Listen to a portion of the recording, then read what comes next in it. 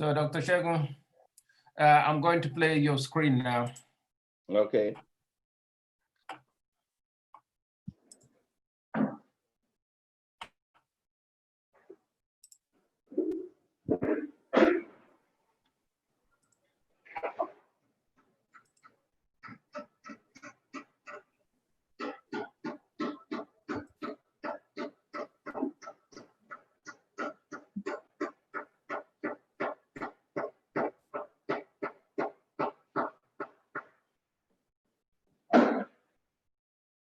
So, Mr. Nee, what's your first name, Dr. sir? Shegun, count down. Okay. Dr. Shegun, count down.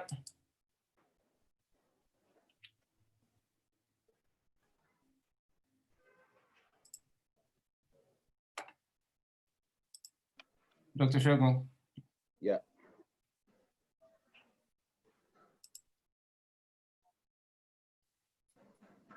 Hello and welcome to You Decide. My name is Shegun Johnson, and you are watching Ben Television, the best of Europe in television. I'm so glad you are watching.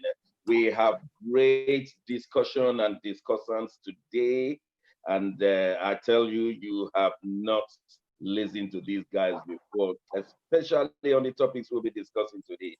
This is You Decide. In the studio, or in the Zoom frame, we have Otumba Bode Oseni. Otumba, you're welcome to the program.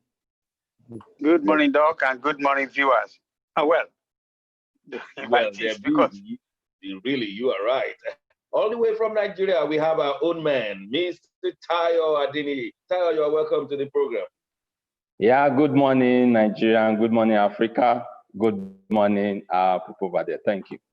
Yes, and we have others on the Zoom frame. Mr. Omusa, you are welcome to the program. Good morning, Doctor.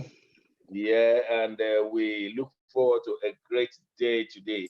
Let's start from something that is common to us all. Many of us, if not all of us, watched the burial of George Floyd yesterday. And many were shedding tears, but somebody said something has happened all over the world. The black man is now to be taken seriously, and that Black Lives Matter, and that there is a shift. I don't know if you were watching like I was watching. I was hearing Reverend Al Sharpton, and he was saying that this is what we have been waiting for 401 years, and that you see white and black now asking questions. Why should it be like this anyway? Why was it like this? Why haven't we recognized the blacks in the society like any other person? It was a serious, moving speech yesterday, and another young niece of George Floyd saying, somebody said America will be great again. Since when had it been great at all? When blacks have been oppressed, how could it have been great? Come on, give me a break. Otuba, I know you are close to the Americas, and I know you love going to have holiday there.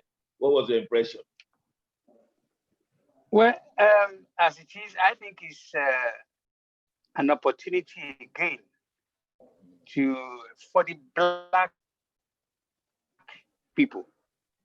Unfortunately, so every time you talk of race, automatically it goes to be black, even though there are other many color people that make up America.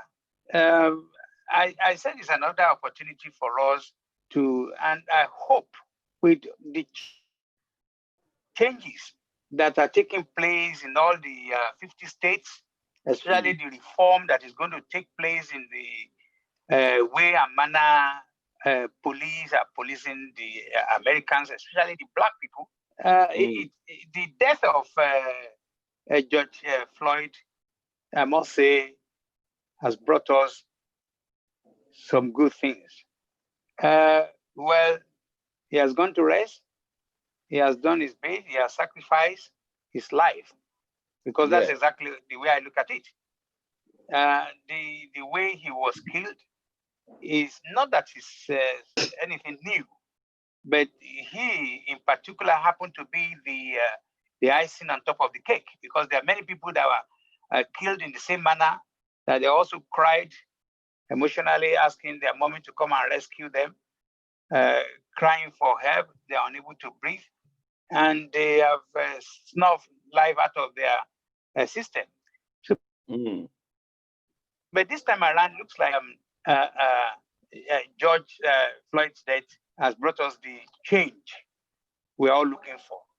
And like I said, it is an opportunity for the Blacks, especially in America, to take advantage, to use this new opportunity to stand up, to make good things out of it.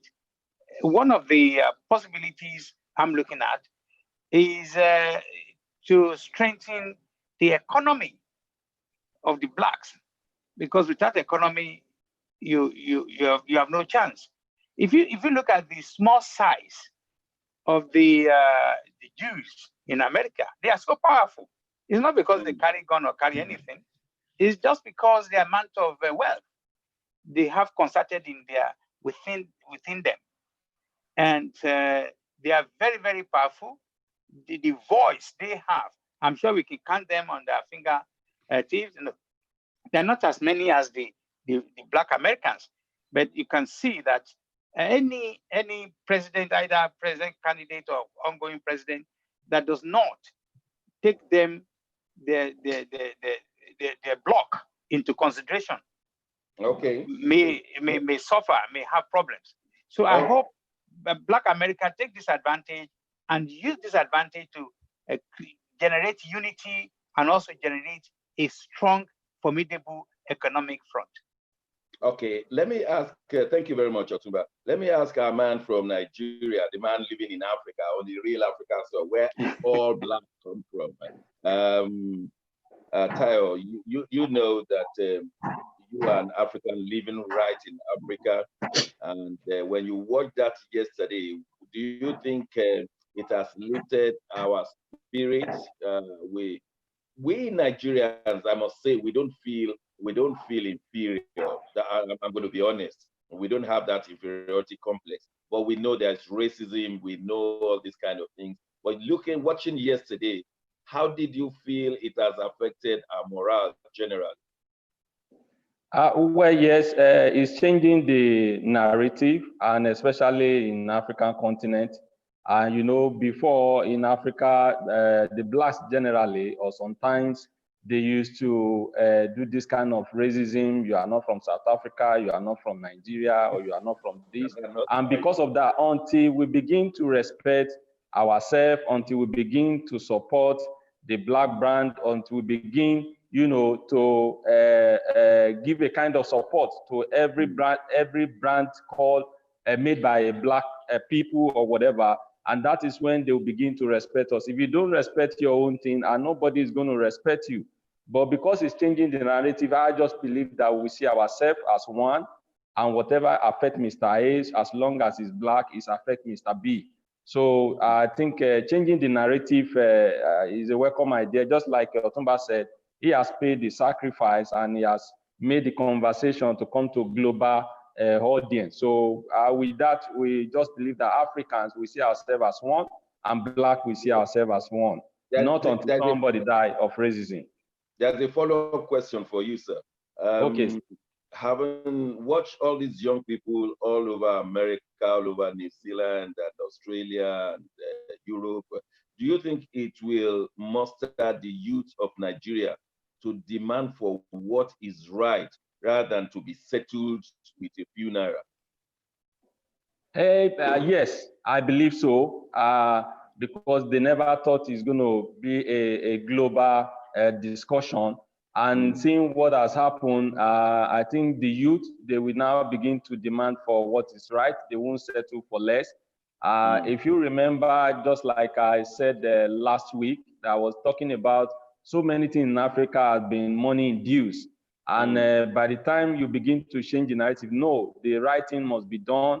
and not because I'll be satisfied with the little penny that will be given to me, so I'll just keep my eyes off. No, but once you begin to show it to the world or to the leader that whatever affects Mr. Hay, regardless of where he resides, so far he's an African, so far he's Black, it affects you indirectly, then the narrative will change definitely.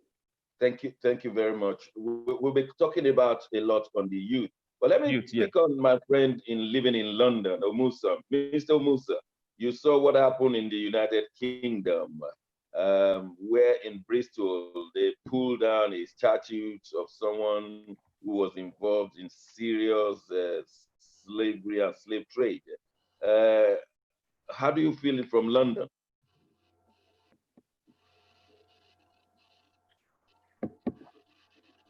You need to unmute.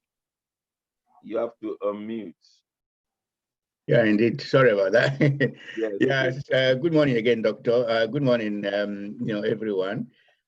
Yes, I saw that. I watched it, and I think, to be honest, it was overdue for someone who committed that kind of atrocity, shipping about 100,000 people. According to the reports, 20,000 were thrown overboard into the sea, either because they didn't have enough food for them, or maybe they fell ill. And for such a person to be, glorified and made an icon. Sorry, put at the center of the city. I think it was absurd.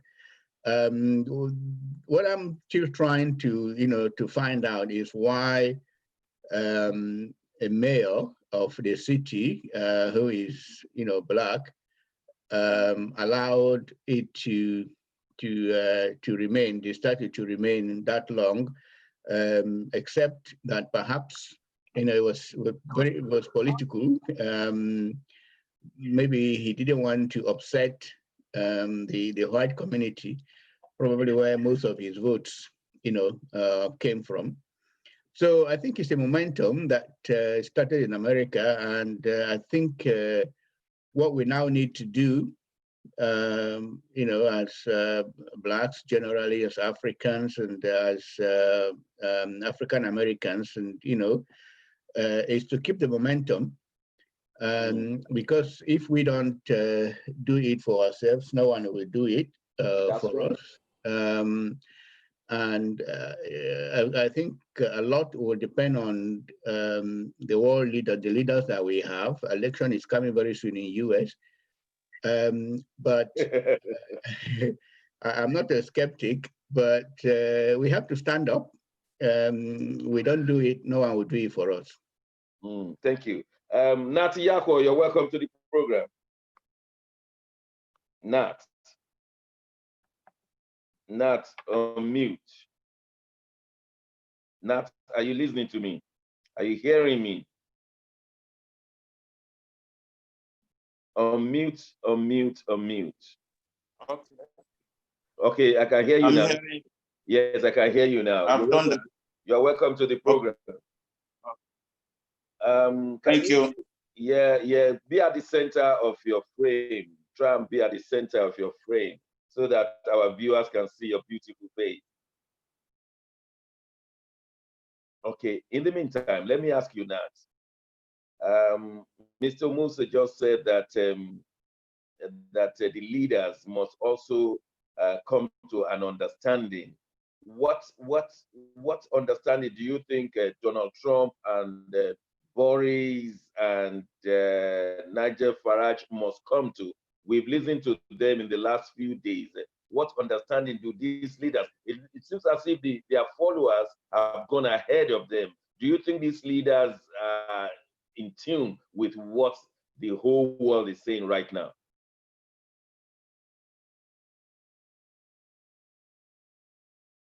Unmute. Nat, unmute.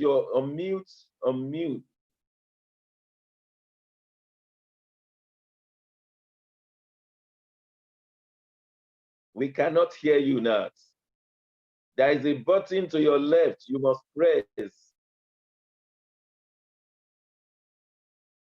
Press the button to your left. There is a place for unmute. Dr. Shego, move to the next person. Okay. Well, please get him on. Now let me see. We have some good guys who have joined us as well, and I'm trying to see from the other screen. Please, studio, is Charly Boy online? Not yet. Not yet, because I'm expecting some guests this morning, some guests that my viewers have never seen before. Otumba, do you think the leaders are in tune with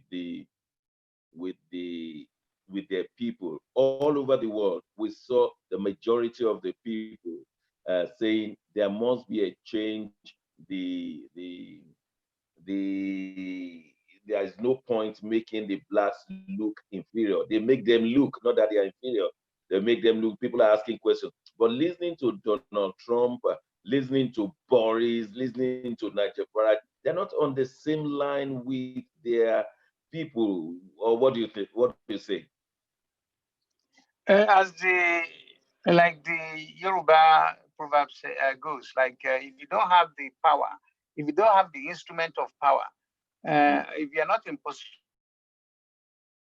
of power, if you don't have what it takes to, you cannot just go at somebody who has been taking advantage of your father or your parents. Why? But you are in position of power. You can now say, you know what, you have what it takes. Then you can go and confront the person. Now, somebody I don't know whether it's you or somebody was talking to mention the issue of the statues in some of the places in the UK. Example, we are still waiting for the one of Oxford, the one in Liverpool, and London, and so on and so forth. Now, this kind of energy that we have gotten, I mean, this kind of power, the backup is a large, numerous number of people who are not tired to go into the street again tomorrow. The reforms they are now seeking for, if the changes they are now asking for did not take place, you did not get it, I can tell you for free that these people will start marching again. They have not even stopped until when the changes we are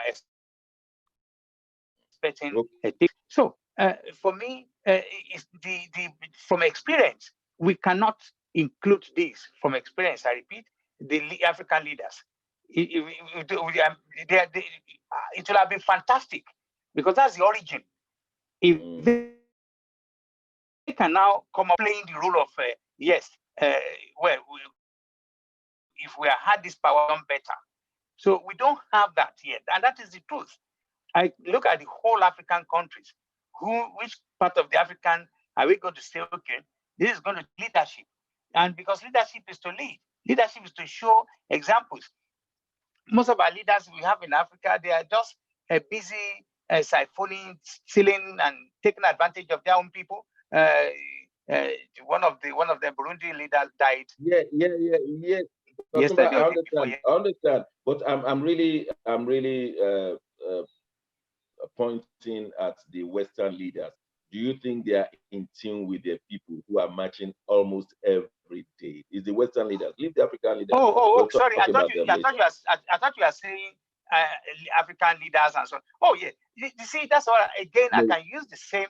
You see, in this civilized country, the Western leaders they operate on the strength of the people, and it's as you know, is the people indirectly, even though they've signed for 4 years or 5 years to their leadership in their countries, but at the same time they have the options of saying, you know what, if something is not going well, we can always jump in and tell you that this is not what we want. So as it is now, judging and looking at the large number of who are now signed for changes, the leaders have no choice. I don't know which of the leaders we can say. Is it the France leader? I mean, the French leadership that's going to say no, even though we have so many people that are saying there must be a change. They have Okay, thank you. no choice. Thank you. So that's in the Western world, we have to change. We have to manage time as well. Nat, can you hear me now? Nat Yako, can you hear me? I think we need to speak Niger State language. Yeah, sorry, Doctor, can I suggest you unmute everybody and, mute everybody and then unmute everybody because he doesn't seem to be hearing you to unmute himself. I think you're able to control it there yourself. Yeah, I know, studio will do that. Right, Thank you, Doctor. On your screen, your messages. Yes, I've seen. In the meantime, let me see. In the meantime, so that our viewers can be going along without breaking. Mr. Musa, I want to really ask you about the leaders. I mean, the Western leaders. What are your impression of them? Because you started it all. What are your impression of them? Well, in all honesty, if you look at, say, Trump and Boris, yeah, they are. If you look at their political base, it's such that these are people that don't really care about, those that look like me. The only thing that would make them move a little bit is pressure. If we put pressure on them and we continue to get support from other races like we're doing, it seems to be multiracial and all this. You can see all the demonstrations, and if you look at especially the statue that was taken down in Bristol, most of the people that rolled the thing into the harbor, were kind of non-black people. I think just they were white. Yeah, generally they were white. You are right. Yeah, were generally white. And so that is the only reason that would make them to split up. If you listen to what Boris said, he was almost saying that yes, racism is abhorrent and all that, but it's much better than it used to be. And we also now know what he wrote and what he said in his earlier days. Did you watch? Sorry to cut in. Did you watch Nigel on what went viral yesterday? Nigel Farage. I listened to part of his program on LBC, but I didn't watch him. No, I didn't watch him yesterday. We will still come back to that because there was a heated argument with him on LBC. But I have all the way from Nigeria, Comrade Jude. Let me see if I can get Comrade Jude. Are you hearing me? Yeah, I can hear you loud and clear. Yeah, except that I can't see your face. Was that deliberate? It's actually deliberate because I'm just rushing to where I could get seated properly. I'm on the wheel now, so I'm rushing to where I could get seated properly. All right. I wouldn't want you to caution me that I'm on the wheel and I'm talking, so I just should be online. I think I've interviewed you before when we were in Tottenham, Ben Television in Tottenham. Now that you mentioned the wheel. Yeah. Yeah. If you can remember, but you are welcome to the program. Thank you, and I appreciate the anchor so far. I followed the last one, though I came in late, and it was quite an impressive and it's a brainstorming interaction. Yeah, you are an international person. You've studied all over the world, and you were the special assistant on matters of youth for the former president of Nigeria, President Goodluck Jonathan. What's your impression of all these Black Lives Matter before we go into the nitty-gritty of youth, which we have promised our viewers today? So what's your immediate impression? Just want to hear from you. Yeah, there is no time that is late. There is no time for any action that is late. What is important is that an action is taken. And there is no time for anyone to realize that the interrogation needs to be challenged. Yeah, Black Lives Matters. It's a time to redefine, not only to fight about the racists, but it's again for Black people to understand among themselves what is important to them too and what matters to them too. For the first time, there is a strong unity amongst the Blacks. There's togetherness, and it's something that the Blacks need to take an advantage of. We need to take an advantage of it now that it's hot, to make forward our demands and discuss together the kind of society we want to be harbored into. Now, the choice of my skin being Black is not mine; it's divine. Okay. It's divine that I'm carrying a Black skin, and that my sin should not be because my skin is Black. My sin should, my sin should be the actions and inactions I exhibit, either in the line of duty or in the means of interaction. That I carry a Black skin doesn't make me a failure. That I'm carrying a Black skin doesn't make me a bad person. Or that I'm carrying a Black skin doesn't make me less than you that carries a white skin. And so that has to be defined first and be instituted. Then secondly, we as Blacks too, we should begin to interrogate ourselves on issues like, what is it that we do wrong that make these people feel we are less?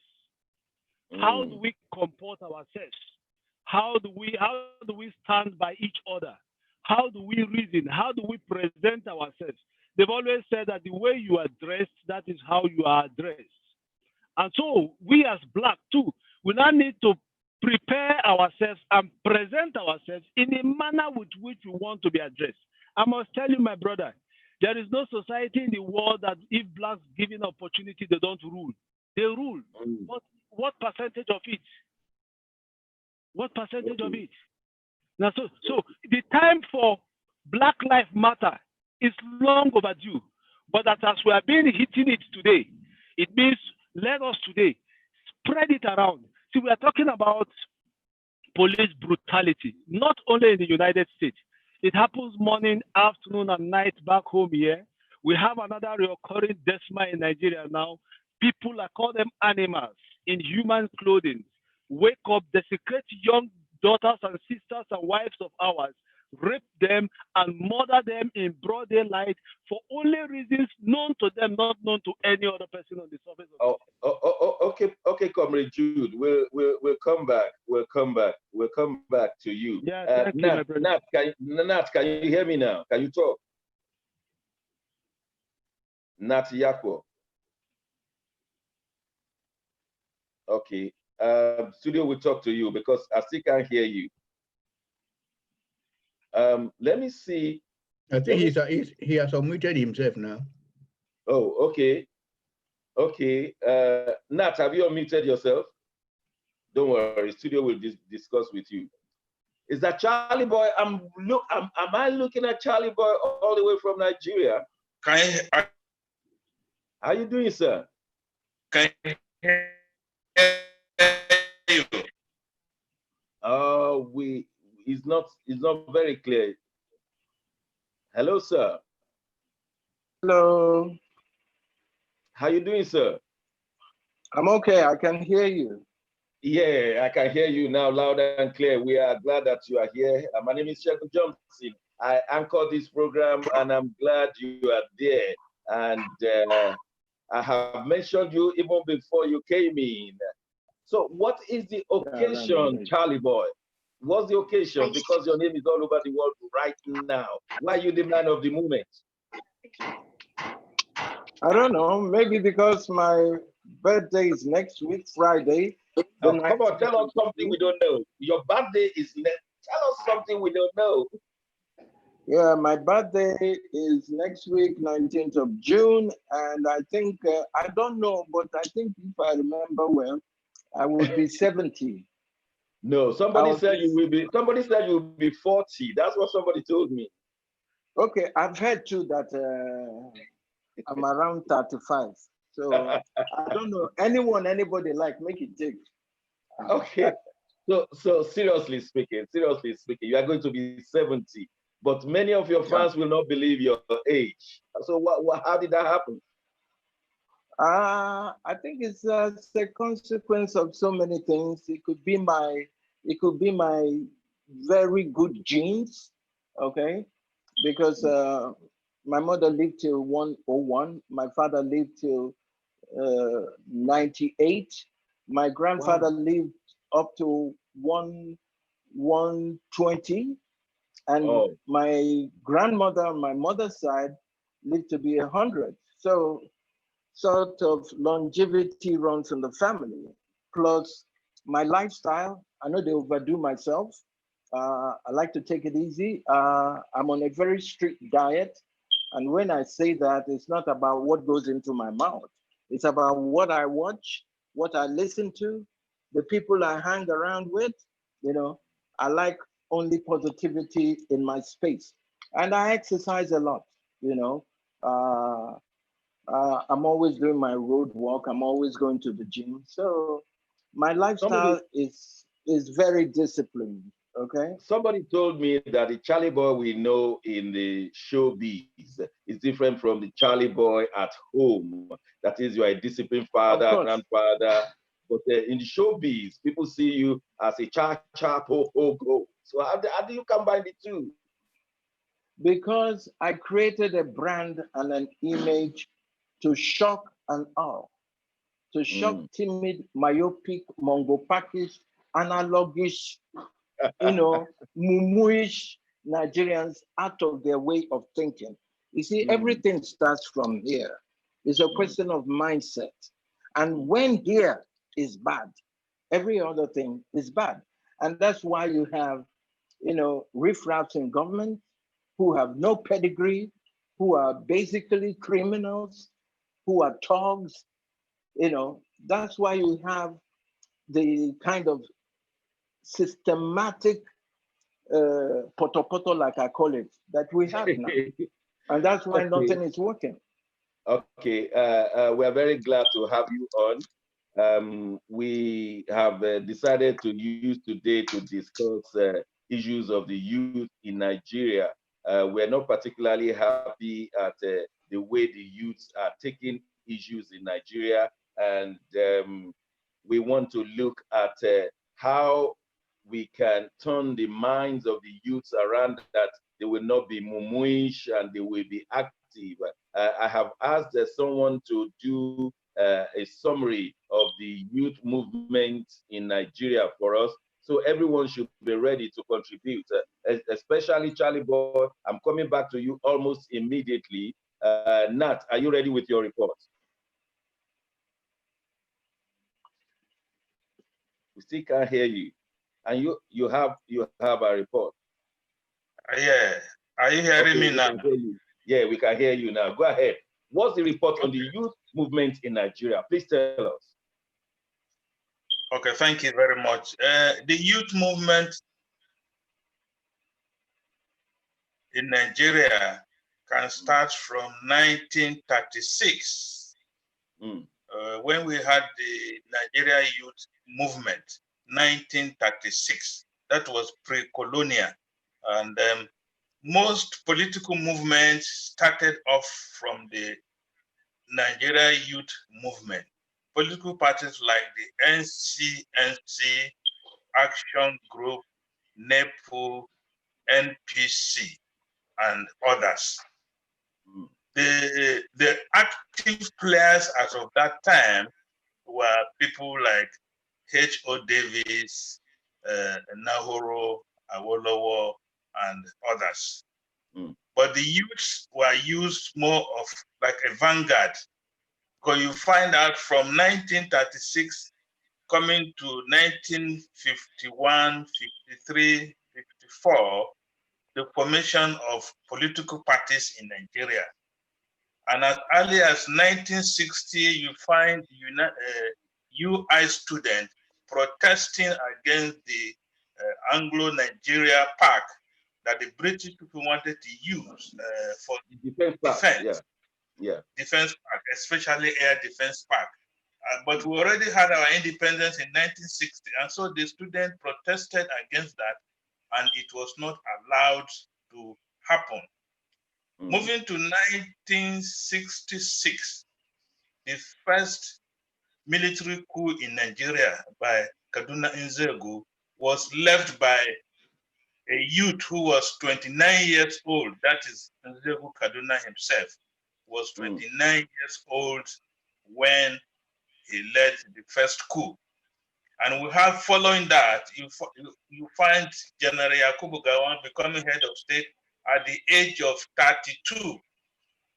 Okay. And he gave us that long military rule up to 1979 when Shagari came in. And when Shagari came in, 75 or 79? 75, then Murtala Mohamed Obasanjo took over and gave us Shagari. Okay. But go on, okay, go on. But I'm saying Shagari regime started in 1979. Yeah, that's correct. That's correct. Okay. And when the political activities started, the youths were readily available to form what they knew as either the youth vanguard or the youth arm of the political parties. And the youths are known for their strength. They are very dynamic. They are resourceful and very ingenious in their activities. And so, but what happened since that 1979, we find the youth being used in the political system, especially when it comes to elections.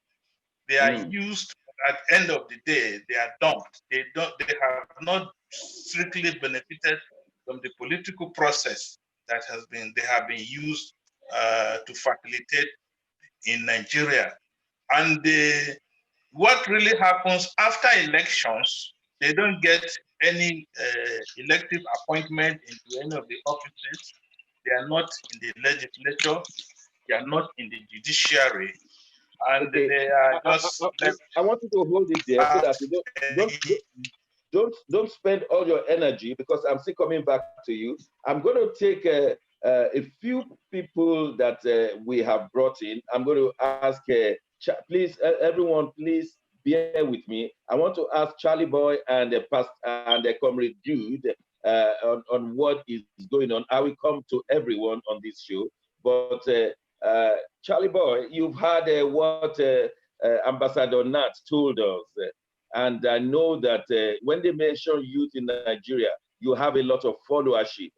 Would you agree that the youths are not taking the proper position where they could command because of their majority? What has gone wrong between 1961, when the UI youths stopped the Anglo-Nigeria Defense Pact, and now that they are used as thugs and that's it? Yeah, I agree that the youth, majority of Nigerian youths are stupid, silly, and very ignorant, okay? Because they've been bequeathed with a Nigeria that no one is proud of, okay? A Nigeria that has been really fouled and messed up by the elders and the leaders we've had over the years, okay? But my thing is that even if you're given a bad deal, okay, you've been bequeathed a bad deal, it's up to you because it's your future, okay? It's your future that we're talking about. Because if you know day where elderly people, they plan your future, then you don't have a future in that contraption, and the contraption called Nigeria. And that is why the youth must, I know many are called, few are chosen. It's not everybody who is awoke to appreciate and understand what is really happening. Appreciate and understand that their future has been mortgaged and been stolen by this riffraffs in power. Okay? Yeah. So, but I know that there has been a systematic destruction because for the youth, this is a country where dreams die. Because if you see the average youth, as soon as they leave the shores of this country, they excel. So what is wrong with the system here? That's what we need to ask ourselves. What are the solutions? Okay, but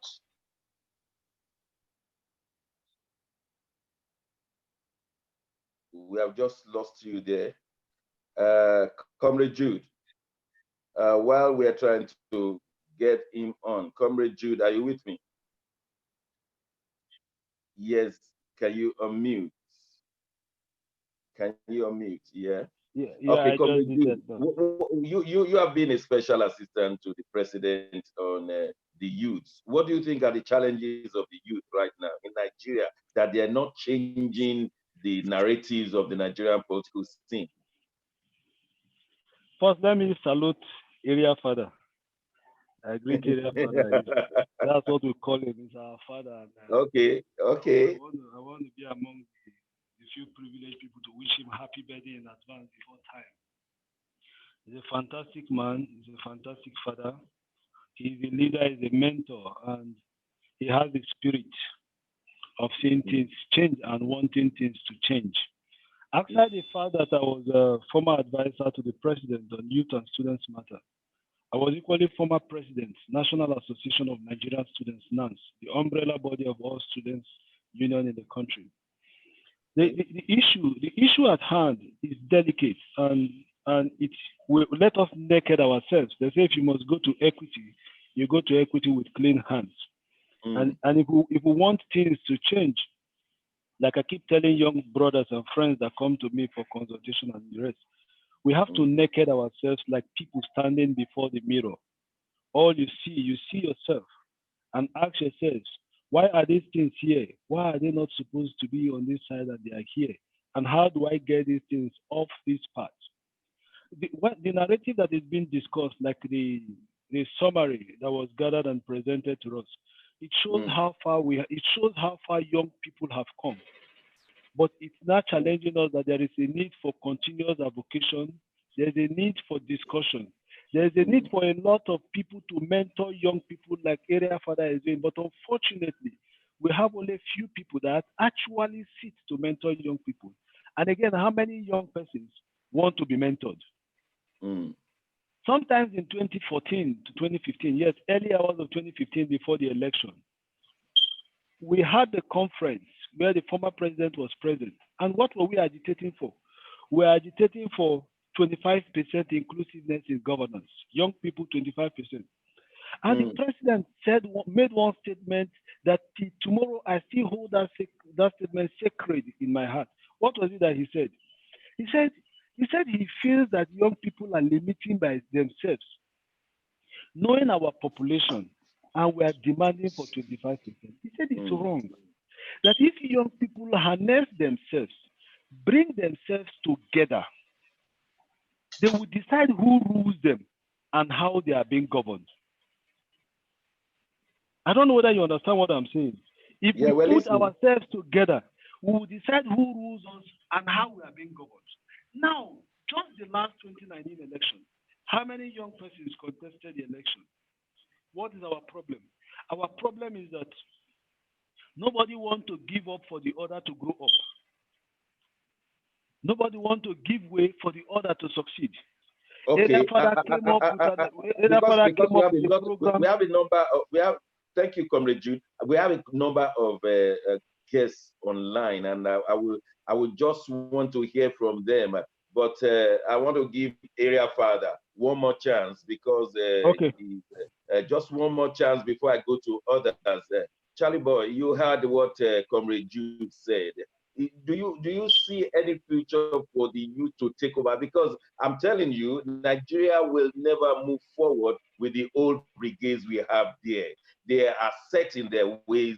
Unfortunately, many of them work for their pockets, and you know the story. I don't have to retell. But these youths, they appear not to have a vision. Therefore, they don't see what to do to give up something that they could harness themselves and turn over that nation. Charly Boy, you have only 3 minutes and then we go on break. Hello. Yes. I didn't. It was hanging. It was freezing. I didn't hear the question. The question What's is, the question? what can the youth do? What can we all do to help the youth to galvanize themselves and take the charge of what is happening in their own country? Well, at this point, I dare say a lot of us are guilty. We're guilty of our docility over the years. We're guilty of our inaction. But a few people there to have been talking. Now, like I said, it's all a question of mindset. If you believe that the people in Aso Rock and the people in government houses are your lords and masters, and you, the ordinary citizen, that you are their slaves, then this will go on in perpetuity, okay? But there's always a tipping point.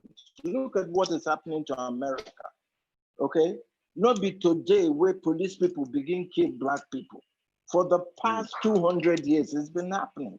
But there came a time that the whole needle tipped. Look at what is happening worldwide because of how George Floyd died. Now, I've been doing different sensitization, and anybody who has the strength to talk, let them keep talking. Because if the followership fails to realize that they have the ultimate power in their hand, that the office of the citizen is more important than the office of the president, until they know that for a fact, until they know what their rights are, okay? I'm afraid that these people will keep doing what they do best, that is to divide us among ethnic lines, religious lines, because they are happy with the status quo. Because now then they shop all the money. So until young people realize that nobody can come, you don't see anybody with a chop a wolf or with the thief money. We go say, oh, I don't tire to take this money. I don't tire to chop a wolf. Oh yeah, youth, come, make una come take. It will never happen. So for whatever a young person desires in life, you must stay focused. You must be tenacious. You must be audacious, because nobody gives you anything. You must be ready. So all these things where they happen to us, now because we are afraid and because we look like those people who are there, who are oppressing. So for most of us, majority of us, now how we go reach there? So we go oppress other people. This is what is happening. So until the mindset is properly tuned and focused to what young people should do, I'm afraid this will last forever. All right. In 2 minutes, we'll be going on a break, but Tayo Adeniyi, you are still also in Nigeria. You've listened to Comrade Jude, you've listened to Charly Boy. What is your position? Because when we return, I'll be asking those Nigerians in diaspora their position. But for you on the Nigerian soil, do you agree with Comrade Jude and Area Fada?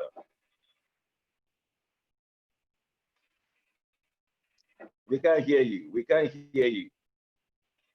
Okay. All right. Can you hear me now? Yes.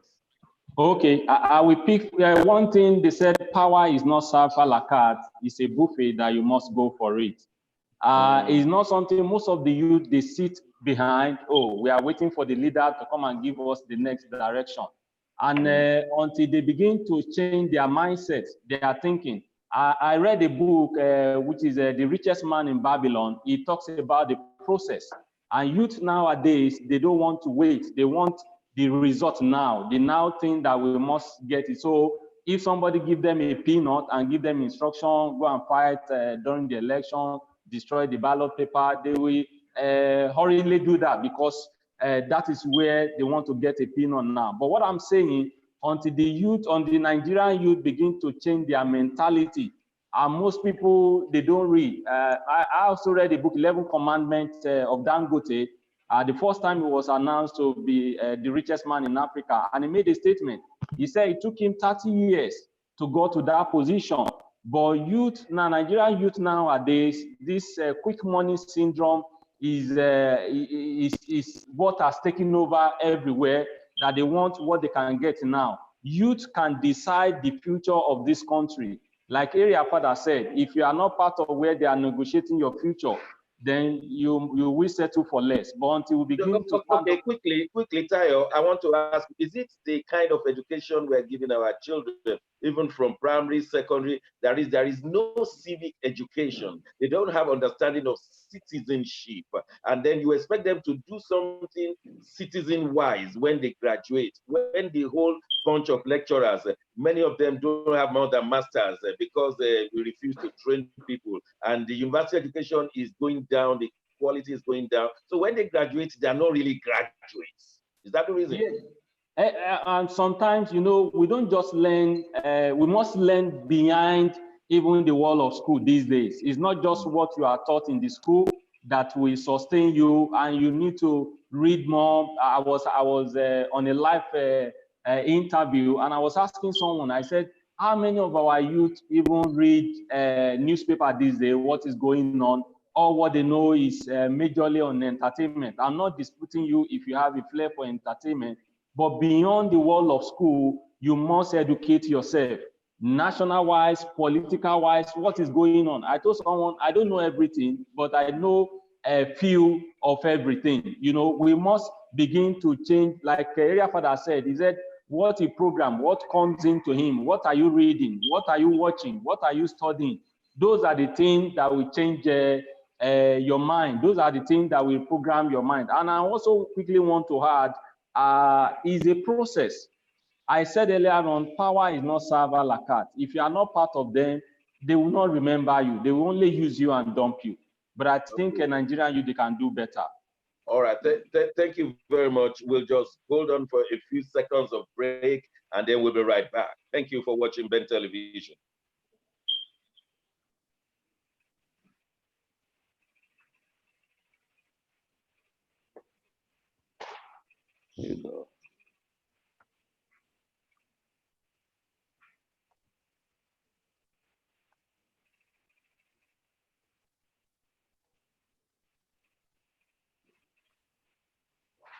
Welcome back to Ben. Yeah, welcome back to Ben Television. The program is You Decide, and we're looking at various issues all over the world. I'm very glad we have eminent personalities on. Our normal guests are here: Otumba Bodil-Seni, Nati Yakwo. We have online all the way from Nigeria, Tayo Adeni. We have Comrade Jude, and can you believe we also have the Area Fada, who is turning, 70 next week. I'm telling you, 70, Charly Boy, you don't look it at all. So tell us, before we go on to other issues, Charly Boy, what are the new things you are about to dish to Nigeria after 7 decades in that country? What are the new things up your sleeve, sir? Well, I have this palliative, because the kinds of away this country is making me, I just tired, I'm really tired. The kind of hunger, the kind of suffering that ordinary Nigerians are going through is, my heart bleeds. So I'm trying to do my own small statutory palliative of about 500,000, where about 50, 40 or 50 people can win something and help themselves with it, as little as it is, because it's all about we living for one another. That is how the God who created the earth, that was his master plan. And that is why you have a lot of problems in the world today, because certain people want to keep certain people down. There is oppression everywhere. And the quality of leadership, globally has fallen. not to talk about the Nigerian factor. Okay. Okay. So, and that is why people are agitated. People, yeah. Area Fada, I'll still come back to you because I won't allow you to go today until you sing us your birthday song, any special song you want to sing to us. But the Nigerians in diaspora, I want to pick them up. Oh yeah, you are going to sing. Let me pick up my colleague. But I have almost about 100 people waiting. I have almost about 100 people waiting for me outside though. Oh, okay, I will not, it won't be long. It won't be long. In 10 minutes, I'll be back to you. Otumba, you have listened to our brothers from Nigeria, living on the Nigerian soil. How can we motivate the youth to leave their way of thinking and be forward-looking? How can they come together, unite, and turn Nigeria around? Otumba Bode-Oseni. Thank you very much. Thank you very much. Start by congratulating Charly Boy in advance. He may not know me anymore, but doesn't welcoming you to the agent. My IMG3. I'm saying that not to get anything from anybody, but just to let at least I'm not alone in this in this form. Now, people, when you have when we know, and let's start by from individual home. When you marry, now you're looking for, you make provision for them. This is spiritually the way things are done. Like he rightly said, have a situation where once somebody gets to that power, position of power, they lock the door. They don't even want to know about the area boys that were breaking bottles and all that kind of thing that got them to where they are. This again, issue of how spiritually developed we are. If we don't have that kind of a backup, you understand me? You now put some of our youth perpetually hustling, perpetually in hunger. They don't even have the time and the brain and the opportunity to start doing things they are doing in Europe. Let me ask you a question, sir. The Nigerian youths that are living here, that is your children, my children, who are grown up, they're over 20, will we encourage them to relocate and help in the process of uniting and galvanizing the youth against the corrupt system that we have in Nigeria? Do you think we parents can do that?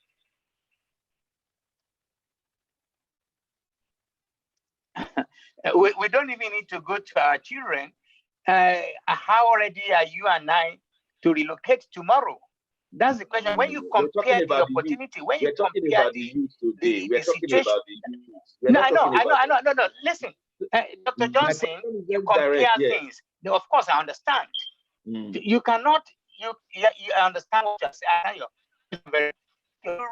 To pack their load, to go and join, and to go and join to make a difference, to redesign situation, and it's just not going to be easy, because they look at it and say, if you want to send me back to your country, what am I going to get there? When I put 1, 2, 3, 4, 5, 6 items that are not in place for me to operate, what are you going to do about it? So that's exactly what I'm saying. Now, not many of our children are willing to go to Nigeria to go and suffer. I currently say to people, I'm not going to pay 500 and something pounds to go and suffer in Nigeria. It's not going to happen anymore for a long time to come. Now, but let me please finish the line of my argument here. All I'm trying to say here is we have a situation, we have loads and loads of youth who are still struggling, who are still doing everything possible. And thanks to Area Fada, because I can see that most of his followers are not in their 70s or 60s. Most of us followers are youth, are people, but when you look at the amount of pressure he is under, he just said to us about 100 people are waiting outside. The 100 people waiting outside, I can imagine they probably come for breakfast and all that kind of thing, which is sad, unlike here. So if we continue to have that is imagination. When you imagine, okay, because I have to go to Charly Boy who has to go, I will come back. Nat, you Charly Boy want to say something to me. Hearing, please, Dr. Johnson. Yeah. I'll come back to you, Otuba, because I want to go back to Charly Boy quickly. But Nat, what do you think we can do to galvanize the youth in Nigeria, please?